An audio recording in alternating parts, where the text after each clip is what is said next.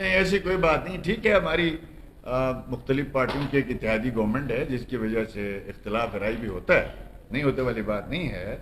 یہ پرسنالٹیز کے ایشوز آ جاتے ہیں. یہ گورنر کی اپوائنٹمنٹ ایک پرسنالٹی ہے, اب اس کے اوپر یقیناً ہر جماعت چاہتی ہوگی کہ ہماری جماعت سے ہو, لیکن پرابلم وہ ڈینٹل ڈاکٹر ہے جو کچھ دن پہلے یہاں اسکردو آیا تھا اور انہوں نے یہاں جو صدر پاکستان بنا ہے اس وقت, جو آل و عیال کے ساتھ ہر سال جی بی میں وزٹ کرتا ہے, جو 5 سے 6 کروڑ روپے صوبے کے خزانے پہ خرچہ ڈالتا ہے, اور بابو سر جیسے جگہ میں پہلا صدر پاکستان پہنچا. میں اس دن آیا تو وہاں گاؤں والے لوگوں نے کہا صدر پاکستان آیا تھا, ہم نے کہا یہاں پہ ایک چھوٹے سے ڈسپینسری دے دیں یا پہ, اس نے کہا میرے پاس کچھ بھی نہیں, وہ کہتے لسی پینے.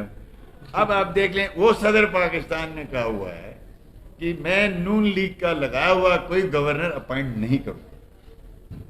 ٹھیک ہے جی, آپ کے سامنے پنجاب میں جو گورنر نون لیگ نے لگایا بلیغ الرحمان صاحب کو, اس نے اپنے ہاتھوں سے اس کو ریجیکٹ کیا, 2 دفعہ کیا. وہ ایک قانون ہے کہ تیسری دفعہ جب ہوتا ہے تو آٹومیٹکلی ہی تب جا کے وہ بلیغ الرحمان لگے. ایک پرابلم ہمیں خدشہ یہ ہے کہ جس نام کو بھی پرپوز کیا جائے گا, پرائم منسٹر شہباز شریف صاحب کریں گے اس کو, تو وہ آگے جا کے پریزیڈنٹ جو ہے وہ کہے گا کہ میں اس کو نہیں مانتا, وہ لے کے بیٹھ جائے گا 25-30 دن. ہم اس سچویشن سے اوائڈ کرنے کی کوشش کر رہے ہیں. ابھی تو وہ کرائسس جو ہے وہ نہیں ہے, قائم مقام اسپیکر کو گورنر بنا دیا گیا ہے. وہ اس لیے ضرورت پڑتا ہے, بالکل آپ کی بات صحیح ہے, کہ جب بجٹ پاس ہو جاتا ہے جعلی سے ہی 2 نمبر سے ہی جیسے بھی, اس کے بعد بجٹ اتھینٹیکیشن کے لیے گورنر کا سگنیچر چاہیے ہوتا ہے. اس کے بغیر آپ یوٹیلائزیشن کوئی ریلیز نہیں کر سکتے. اس پہ تاخیر ہو رہی ہے چونکہ اس دفعہ 1 پارٹی گورنمنٹ نہیں ہے وفاق میں, تقریباً 7-8 پارٹیاں جس میں 3 بڑی پارٹیاں ہیں جن کا جی بی میں سٹیک ہے. تینوں پارٹیوں کی خواہش ہو سکتی ہے.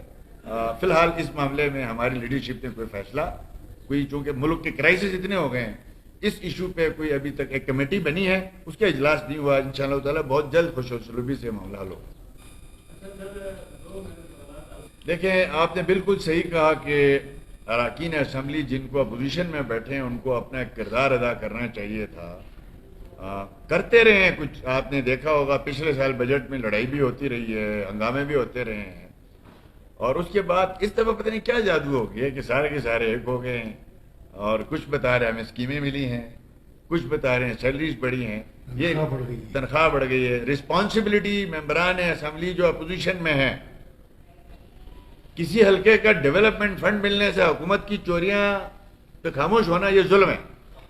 وہ اس حلقے کا عوام کا حق ہے جو اس کو ڈیولپمنٹ کا فنڈ ملا ہے, اس پہ اترانے کی ضرورت نہیں ہے. میں سمجھتا ہوں کہ جو اپوزیشن لیڈر صاحب ہیں ان کو چاہیے کہ پارلیمانی جماعتیں جتنی بھی ہیں ان سب کا اجلاس بلائیں اور غور کریں کہ اس بجٹ میں ان کا یہ کیا رول رہا ہے, انہوں نے کیا تجاویز دی ہیں. کیا یہ تنخواہیں بڑھانے میں چیف منسٹر کے ساتھ درپردہ آپ لوگ بھی شریک ہیں؟ کیونکہ چیف منسٹر تو اپنی کرسی بچانے کے لیے بزدار 2 جو ہے وہ عدم اعتماد سے ڈر کے اس نے کہا جی کر دو جی سب کچھ. جس صوبے میں 12 ارب روپے کا بجٹ ہو, جس کا 160 ارب کا تھرو فارورڈ ہو, اور وہاں پہ آپ نے پھر 40 کروڑ کی اسکیمیں دے دی ہیں, تو اس کا مطلب یہ ہے کہ 160 ارب روپے کا تھرو فارورڈ ہوگا اور آپ اگلے 20 سال تک کوئی اسکیم کمپلیٹ نہیں ہوگی. میں مانتا ہوں ممبران اسمبلی گزشتہ سال تک بڑی بھرپور اپوزیشن کردار ادا کرتے رہے, جس کی وجہ سے گورنمنٹ پہ بڑا پریشر رہا ہے. اس بجٹ کے دوران ان کا رول بڑا پراسرار رہا ہے, انکلوڈنگ میرے جماعت کے ممبران کے بھی. یا وہ ہمیں آ کے ایکسپلین کریں کہ دودھ اور شہد کی نہریں بہائی ہیں, پریس کے سامنے آئے, آپ کے سامنے آئے, بتائیں.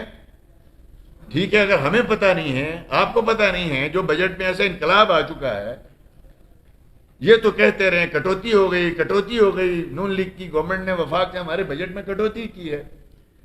اس حد تک میں آپ کی بات سے بالکل ایگری ہوں کہ جو کردار ادا کرنا چاہیے تھا وہ ویزیبل ہمیں نہیں ہوا, نظر نہیں آیا. ہو سکتا ہے انہوں نے اندر کھانے کوئی بات کی ہو, لیکن ان کی بات پبلک ہونی چاہیے. دوسرا عدم اعتماد کے حوالے سے ان کے اندر دڑے تھے, یہ جو مسئلہ پیدا ہوا تھا پی ٹی آئی کے اندر دڑے بند ابھی بھی ہیں. ان کے کچھ ارکان ڈے 1 سے سی ایم صاحب کے ساتھ کمفرٹ نہیں تھے, جس کی وجہ سے وہ عدم اعتماد چاہتے تھے. اس دوران انہوں نے اپوزیشن کے ممبران سے بھی رابطے کیے تھے, کچھ ہمارے ساتھیوں سے بھی ان کی میٹنگز ہوئی تھی. اس دوران خان صاحب کو خبر ہو گئی تو اس نے ان سب کو بلایا، وہاں پہ بلا کے اس نے جون تک کا ٹائم لیا ان سے، اور ہم نے کہا بھئی یہ آپ کا انٹرنل معاملہ ہے. ہمارا پرنسپل اصول تھا ہماری جماعت کا کہ پی ٹی آئی کے اندر کسی ایک کو سی ایم سے ہٹا کے دوسرا لگانے کے لیے ہمارا کوئی رول نہیں ہوگا. ہمارا کوئی بندہ پی ٹی آئی کے کسی ممبر کو سی ایم بنانے کے لیے ووٹ نہیں دے سکتا. ہاں ہم ان کے خلاف ووٹ دے سکتے ہیں، اگر یہ آپس میں صلح کر لیتے ہیں تو ان کی مرضی ہے. ہم یہ چاہتے ہیں جب بھی عدم اعتماد ہو اپوزیشن کا کوئی ممبر چیف منسٹر کا کینڈیڈیٹ بنے، تاکہ وفاق میں جو گورنمنٹ ہے اس کے ساتھ ہمارے جو روابط جو ہے بحال ہوں، اور ہم اپنے جو ڈیولپمنٹ ہے ہمارا سوشل سیکٹر ہے اس میں ہم کام کر سکیں. یہ بہت سنجیدہ معاملہ ہے جو سوال آپ نے اٹھایا ہے. حقائق سامنے لائیں تو کل کچھ لوگ کہیں گے کہ بھئی ہم شاید اپنا ایک نقطہ نظر رکھتے ہیں. بات یہ نہیں ہے. یہ سرتاج عزیز رپورٹ سے بات شروع ہوئی تھی، اس کے اندر پروویژنل کانسٹیٹیوشنل اسپیشل پروونس رکھا گیا تھا.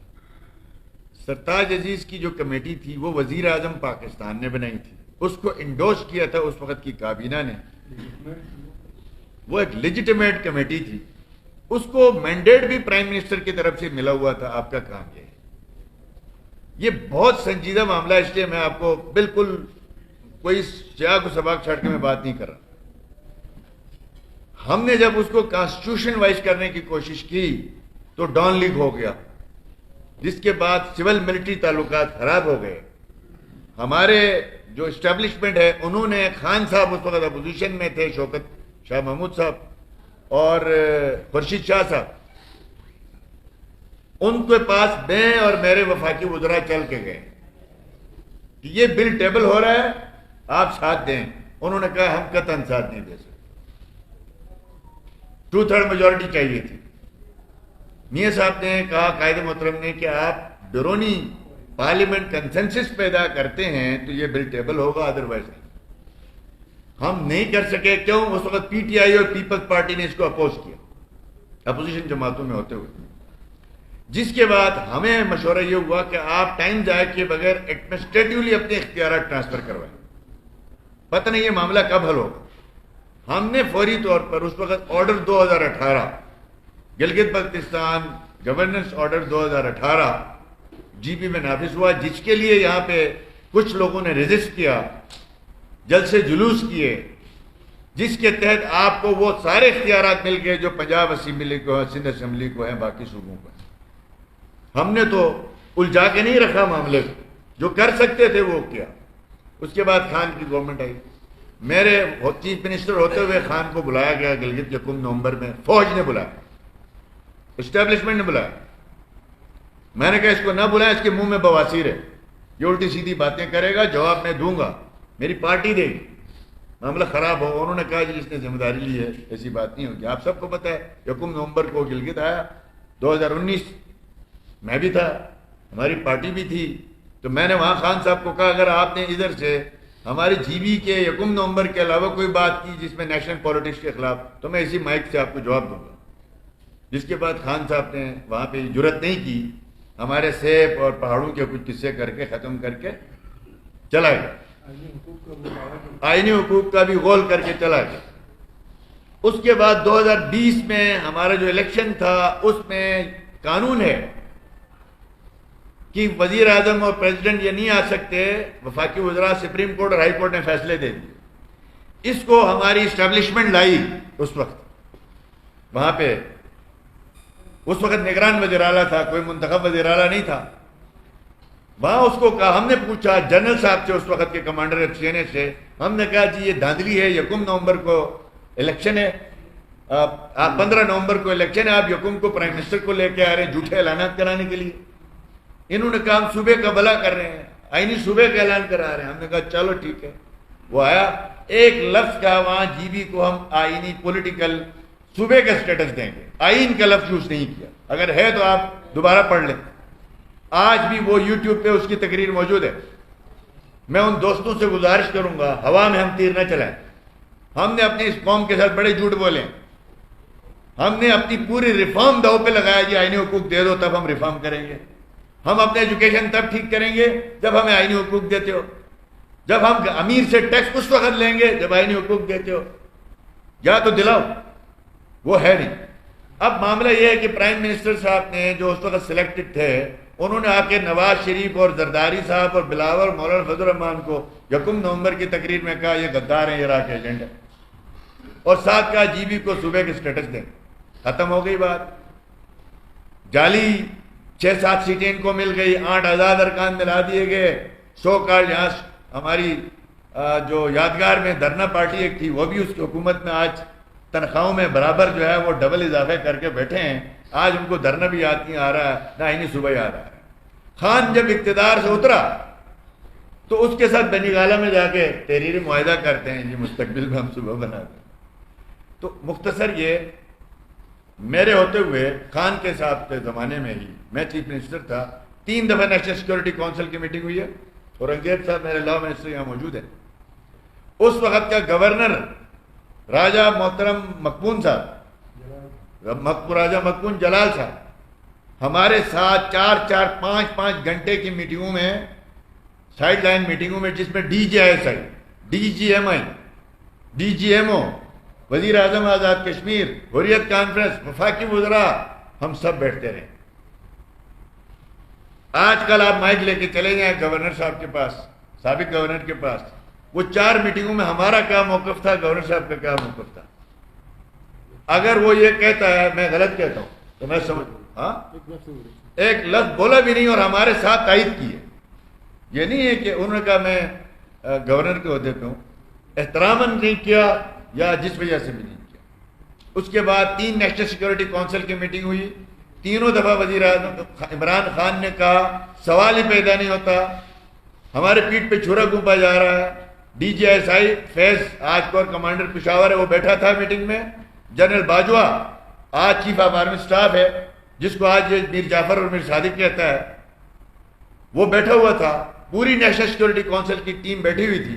وہاں پہ خان نے، میں حلفن کہتا ہوں، فواد چودھری، شیخ رشید، شاہ محمود قریشی، یہ لوگ بیٹھے تھے۔ شاہ محمود نے کہا جی بی کا ایجنڈا بند کرو، کیمرے آف کر دو، جی بی کی فوٹیج ڈیلیٹ کرو۔ یہ ریکارڈ کی باتیں۔ خان نے کہا حفیظ الرحمان ہمیں لوگوں کو سچ بتانا چاہیے، جی بی کو صوبہ نہیں بنایا جا سکتا، جا کے میری طرف سے بتاؤ۔ میں نے کہا میں نے نہیں بتانا، آپ نے بتانا، میں تو مدعا لے کے آیا ہوں۔ جب 3 نیشنل سیکورٹی کونسل میں یہ ایشو مسترد ہوا، کس کی طرف سے؟ عمران خان کی طرف سے۔ اب یہاں کے پھر جھوٹے اعلانات کرنا۔ اب اس کے بعد ہاں ایک سنجیدہ کوشش ہوئی، وہ کس نے کی؟ جنرل باجوہ نے کی۔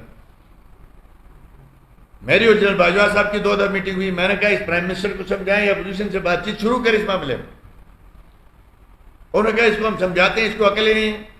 پھر خان صاحب کے ساتھ ان کی نشستیں ہوئی، نہیں ہوئی، لیکن باجوہ صاحب نے ایک نشست بلائی۔ میں، ہمارے ساتھی یہاں بیٹھے، ہم سب اسلام آباد میں شہباز شریف صاحب کے ساتھ میٹنگ میں تھے، اپنے پارلیمانی بورڈ کے اجلاس میں۔ وہاں پہ اطلاع آئی کہ جنرل باجوہ صاحب نے کھانے پہ بلایا ہے رات کو، اور ایشو ہے جی بی کا پولیٹیکل سٹیٹس، جس کو نیشنل سیکورٹی ایشو بنایا گیا ہے۔ تو ہم سے ہماری پارٹی نے پوچھا، ہم نے کہا ضرور جائیں اور یہ ہمارا مدعا وہاں جا کے آپ لوگ کو سیٹل کریں گے۔ وہ گئے، وہاں پہ یہ بات ہوئی۔ اب دیکھیں نیشنل سیکورٹی کے حوالے سے پاکستان کی بڑی پارٹیوں کو جمع کیا گیا تھا، جو پارلیمنٹ میں کس نے بلایا تھا؟ جنرل باجوہ صاحب، آف دی ریکارڈ کہا تھا اس کی خبر نہیں بنے گی۔ وہ وہاں گفتگو ہوئی ہے کہ باجوہ صاحب نے یہ کہا کہ جی بی کا ایشو کو نیشنل سیکورٹی کا ایشو تسلیم کیا جائے، یہ نیشنل سیکورٹی کا ایشو ہے۔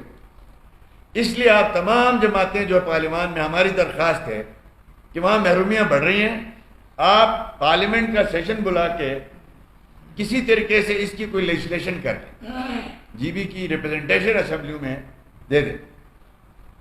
یہ انہوں نے اپنی خواہش کا اظہار کیا، ایک ماحول بنایا، اور وہاں پہ تھا شیخ رشید بھی۔ اب مجھے سمجھ نہیں آتی ہے کہ جی بی کے معاملے میں پارلیمانی پارٹیوں میں ریلوے کا وزیر شیخ رشید کا کیا کام تھا، اس کو کیوں بلایا گیا وہاں پہ؟ وہ خبر خفیہ تھی، ہمیں معلوم تھا کہ پارٹی ہم سے پوچھ کے گئی تھی، ہماری پارٹی کو پتا۔ اگلے دن یہ پی ڈی ایم بنا، اس کھانے کے اگلے دن پی ڈی ایم بنے، آپ کے نوٹس میں رہے، سب کو پتا تھا پی ڈی ایم بن رہی ہے۔